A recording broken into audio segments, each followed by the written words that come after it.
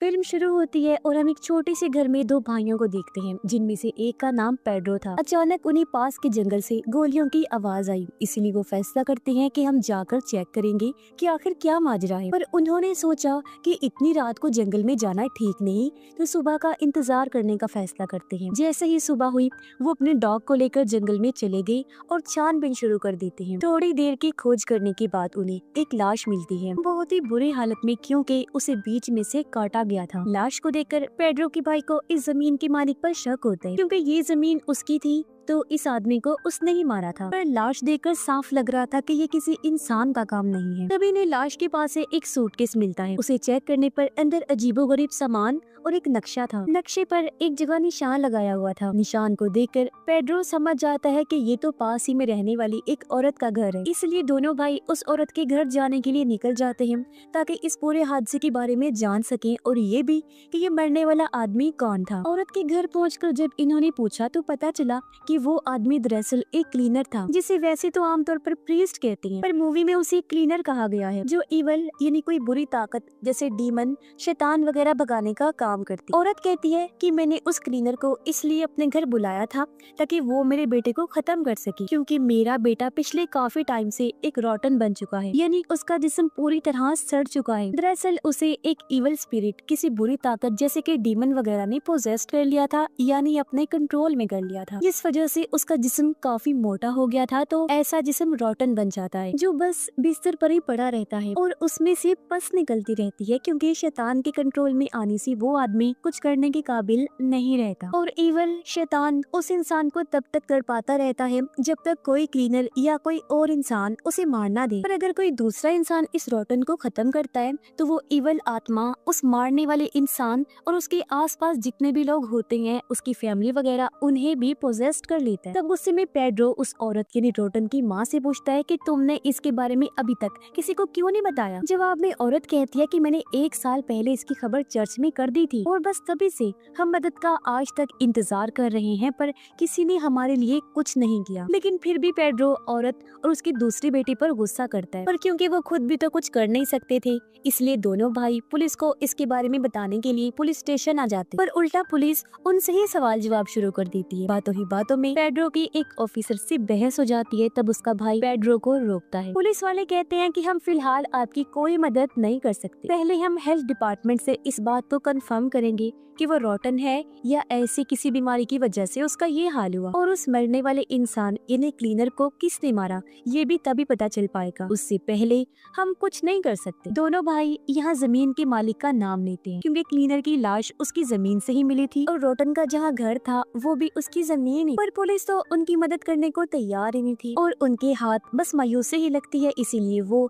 खुद ही जमीन के मालिक से जा मिलते हैं, उसे रॉटन और क्लीनर की लाश के बारे में बताते हैं। अब यहाँ जमीन के मालिक की बातों से हमें पता चलता है कि हर कोई उस पर शक क्यों करता है। दरअसल वो रॉटन और उसकी फैमिली जबरदस्ती इस मालिक की जमीन पर रह रही थी, जो बात उसे बिल्कुल पसंद नहीं, जिससे सबको ये लगता है कि जमीन के मालिक ने ही उस क्लीनर को मार दिया ताकि वो रॉटन के घर जा ना पाए और रॉटन इसी हालत में रहे। पर वो जमीन का मालिक नहीं, कोई और ही है जो इस सब के पीछे था, जो नहीं चाहता था कि क्लीनर रॉटन के घर पहुँचे और उसे मार दिया। पर जमीन के मालिक को रॉटन वाली बातों पर यकीन नहीं था। उसे लग रहा था कि ये कोई साजिश है ताकि मुझसे मेरी जमीन छीन ली जाए। अब इस बात से गुस्सा होकर जमीन का मालिक रात को रॉटन को मारने के लिए चला जाता है, पर रॉटन की माँ उसे ऐसा करने से मना करती है, क्योंकि वो क्लीनर नहीं है, आम आदमी है। तो अगर उसने रॉटन को मार दिया तो इवल जमीन के मालिक और रॉटन की फैमिली को भी अपने कब्जे में ले लेगा और उन्हें भी ऐसे ही तड़पाएगा, क्योंकि रॉटन के अंदर जो इवल आत्मा है वो लोगों के डर के साथ खेलती है, उनके डर को उन्हीं लोगों के खिलाफ इस्तेमाल करके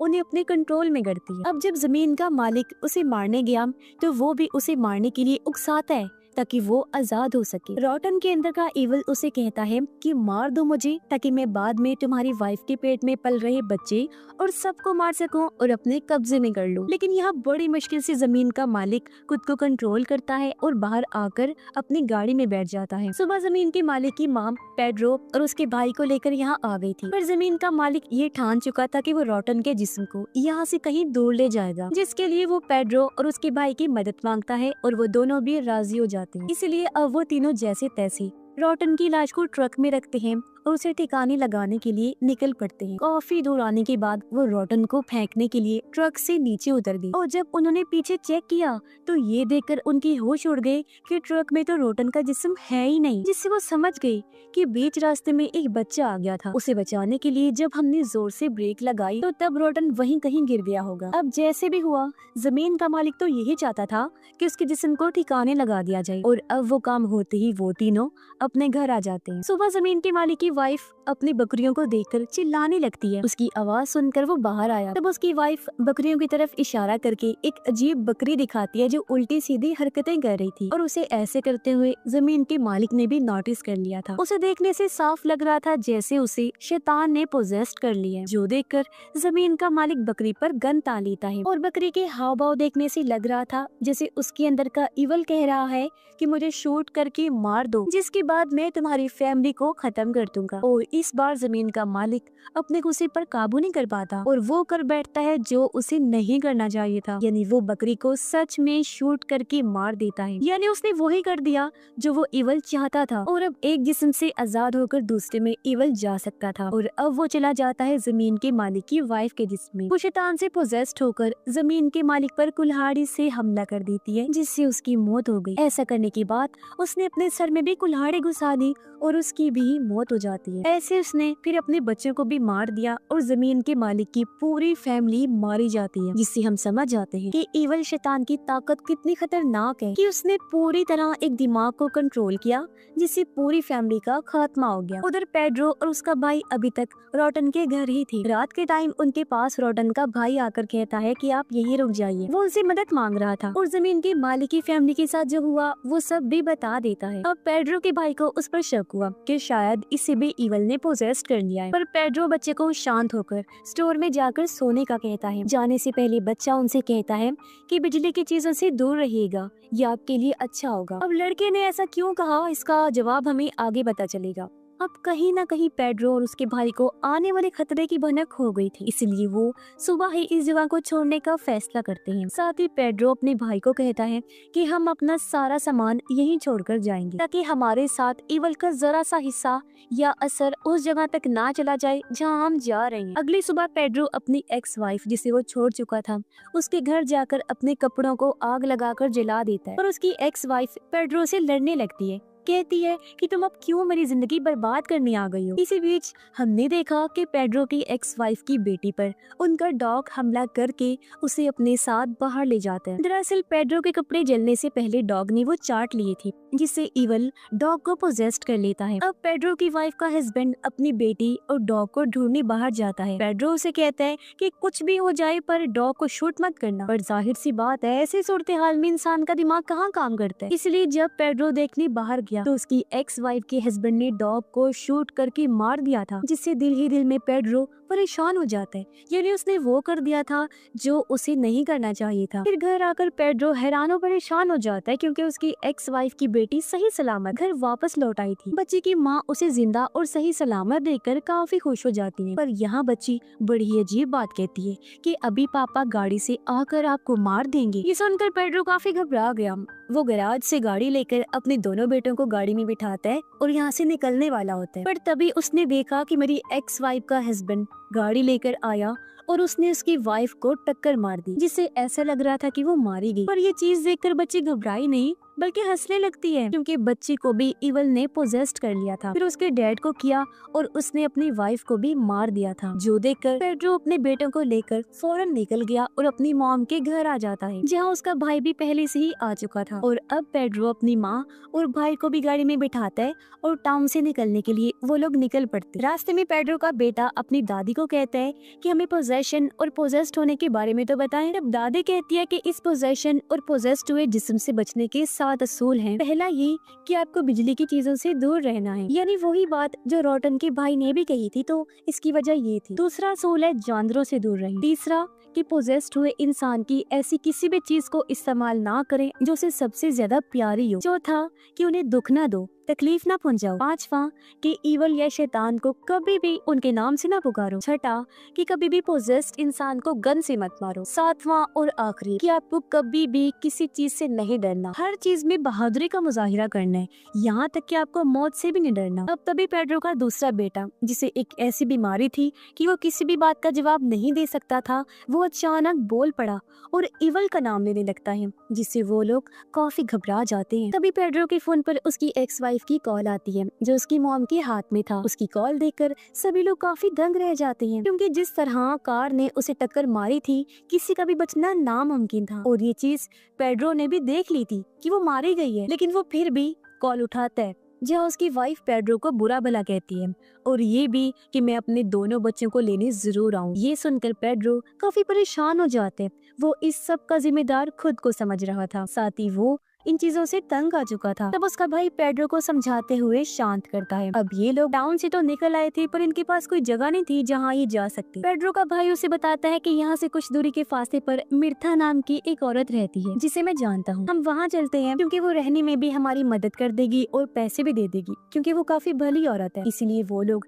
मिर्था के घर जा पहुँचे, जो एक क्लीनर भी रह चुकी है और आज भी वो सारे असूलों पर अमल करती। वो इन्हें अपने घर में रहने की इजाजत दे देती है। पेड्रो का भाई मिर्था को भी वो सब बता देता है जो अब तक इनके साथ हो चुका था। इसी बीच हम पेड्रो और उसके भाई को भी आपस में बात करते हुए देखते हैं और हमें अंदाजा हो जाता है कि उन दोनों भाइयों में बहुत प्यार है। अब आधी रात को पेड्रो की वाइफ वहाँ आई। वो उसके छोटे बेटे को लेकर बालकनी से कूद जाती है। पेड्रो ने भी उसे देख लिया था, उसे रोकने से पहले ही वो कूद चुकी थी और जब चेक किया गया तो वो गायब हो चुकी थी। इसलिए पेड्रो को अपने छोटे बेटे की फिक्र होने लगती है। अब मिर्था, जो क्लीनर होने की वजह से ईवल या पोजेस्ड को देख सकती थी, वो पेड्रो के बड़े बेटे को देखकर समझ जाती है कि ये भी पोजेस्ड हो चुका है। वो बताती है कि ईवल इसके जिस्म में घुस गया है, पर क्योंकि ये ऐसा बच्चा है जो चुप रहता है, बोलता नहीं, तो इस वजह से ईवल अभी तक इसके दिमाग को कंट्रोल नहीं कर पा रहा। इस वजह से ईवल बस इसके अंदर कैद है। इसके बाद मिर्था अपने सारे क्लीनिंग के सामान को इकट्ठा करती है, यानी हथियार और जरूरी सामान, और कहती है कि हमें रोटन को खत्म करना ही होगा। पर पेड्रो का भाई कहता है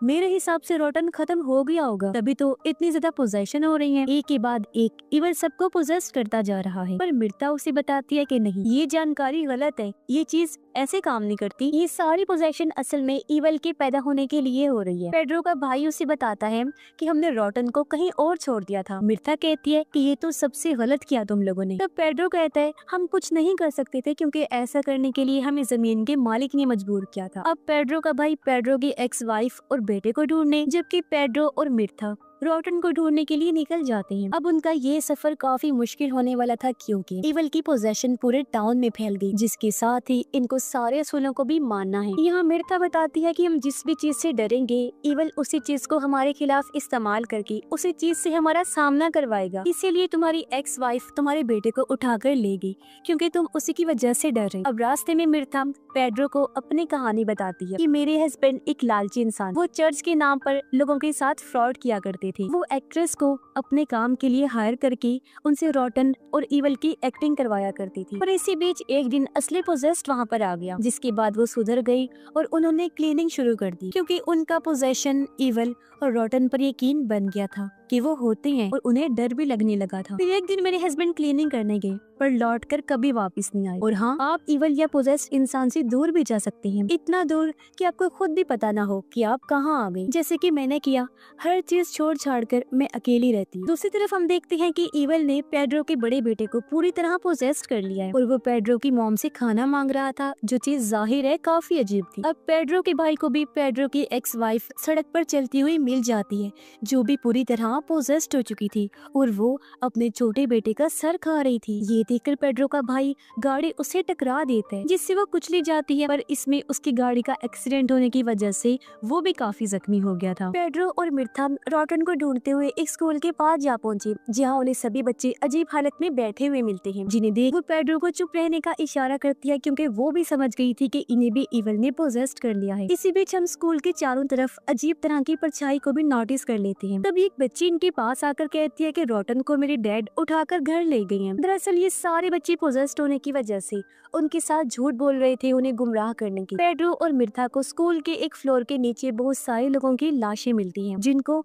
इन बच्चों ने ही मारकर यहाँ छुपा दिया था और इनके नीचे रोटन छुपा हुआ था। अब मिर्था अपना क्लीनिंग का सामान वहाँ पर सेटअप करती है और पेड्रो को कहती है कि वो नीचे से रोटन को बाहर निकाले। जब पेड्रो उसे निकालने वाला था तो इवल खुद को बचाने के लिए पेड्रो का दिमाग कंट्रोल करने लगता है और तो और उन बच्चों ने चालाकी से पेड्रो को कमरे में बंद कर दिया था। और जब पेड्रो बाहर झांक कर देखता है तो सब बच्चों ने मिर्था को मार दिया था जो उसकी लाश को घसीट कर ले जा रहे थे। ये देख पेड्रो को गुस्सा आ गया। वो दरवाजा तोड़कर बाहर आया और रोटन को मार डालता है। ये करने के बाद उसे लग रहा था कि मैंने हर चीज का खात्मा कर दिया है, पर ये इवल का खात्मा नहीं बल्कि अभी तो इसकी शुरुआत हुई थी, क्योंकि यही तो इवल या वो रोटन चाहता था ताकि ये जिस्म खत्म होने के बाद मैं आजाद हो सकूं। और अब उसका काम हो चुका था और अब इवल पूरी तरह अपने रूप में पैदा होकर पेड्रो के सर पर हाथ फेरता है, क्योंकि इसने ही तो पैदा होने में उसकी मदद की थी। और अब इवल पैदा होकर बाहर की दुनिया में तबाही मचाने के लिए चला जाता है, जहाँ वो और भी लोगों को पोजेस्ट कर देगा। और पेड्रो घर वापस आ जाता है, जहाँ दोनों भाई एक दूसरे के गले से लगकर दुख से रोने लगते हैं, क्योंकि वो समझ गए थे कि हमने हालांकि इतनी कोशिश की पर हम कुछ भी नहीं कर सकते अब, या कहीं कि उन्होंने अपनी हार पूरी तरह कबूल कर ली थी। और अब अगर ये इस जगह को छोड़कर जाएं भी तो कोई फायदा नहीं होगा, क्योंकि अब ये पोजेशन पूरे टाउन से फैलता फैलता शहर में भी फैल जाएगा, जो तेजी से इन्फेक्शन की तरह फैलने वाला था, जिससे वो लोग चाह कर भी छुटकारा हासिल नहीं कर सकती। तभी उनको याद आया कि हमने रोटन के छोटे भाई को स्टोर में छुपाया था। पेड्रो उसे बात करता है तब वो बताता है कि एक आवाज ने मुझे कहा था कि मैं उस क्लीनर को मारकर खा जाऊं, जिन्हें जिस आदमी की लाश इनको मिली थी उसे इसने इन्हीं रोटन के भाई ने मारा था। आगे वो कहता है ऐसा मैंने अपनी माँ के साथ भी किया, उन्हें भी मारकर मैं खा गया। पेड्रो अपने बेटे को आइसक्रीम खाने के लिए देकर नहाने चला जाता है और वो ये देखकर काफी हैरान रह गया कि वो निशान उसके माथे से जा ही नहीं रहा था जो उसे इवल ने दिया था, यानी वो निशान पक्का पक्का बन गया था। पेड्रो के बेटे को खांसी होने लगी और उसके मुंह से पानी और खून निकलने लगता है, जिसे पेड्रो साफ करने लगा। पर तभी उसने देखा कि उसके मुंह से मेरी माँ के बाल और लॉकेट निकल रहा है, जो देखकर वो डर गया, क्योंकि समझ गया था कि पोजेशन की हालत में मेरे बेटे ने अपनी ही दादी को मारकर उन्हें खा लिया। ये देख पेड्रो के तो होश ही उड़ जाते हैं। खुद को संभालते हुए वो बाहर आया और इस सब से काफी दुखी हो जाता है। अब मैं आपको बता देती हूँ कि असल में ये इवल करता क्या है। तो वो किसी एक जिस्म को पोजेस्ट करके उसके अंदर पनाह ले लेता है और टाउन या शहर के लोगों को तब तक मारता रहता है जब तक कोई दूसरा आकर उसके इस पुराने जिस्म को खत्म नहीं कर देता जिसमें वो मौजूद होते हैं, जिससे वो किसी और जिस्म को पोजेस्ट करके उसके अंदर आ जाता है और फिर से लोगों को मारने का सिलसिला शुरू कर देता है, जो उसने इसलिए किया ताकि मरे हुए लोगों से वो ताकत ले सके और इतना ताकतवर बन जाए कि वो पैदा होकर सबसे ज्यादा पावरफुल बन जाए। जो चीज हो भी गई, जब सही मायनों में वो पावरफुल हो गया तो पेड्रो के हाथों उसने खुद को मरवा दिया और पैदा हो गया। दुनिया को तबाह करने के रास्ते पर चल भी पड़ता है, जहाँ अब बस उसका ही राज और कब्जा होगा। और इसी भयानक एंडिंग के साथ ही इस फिल्म की कहानी भी यहीं पर खत्म हो जाती है।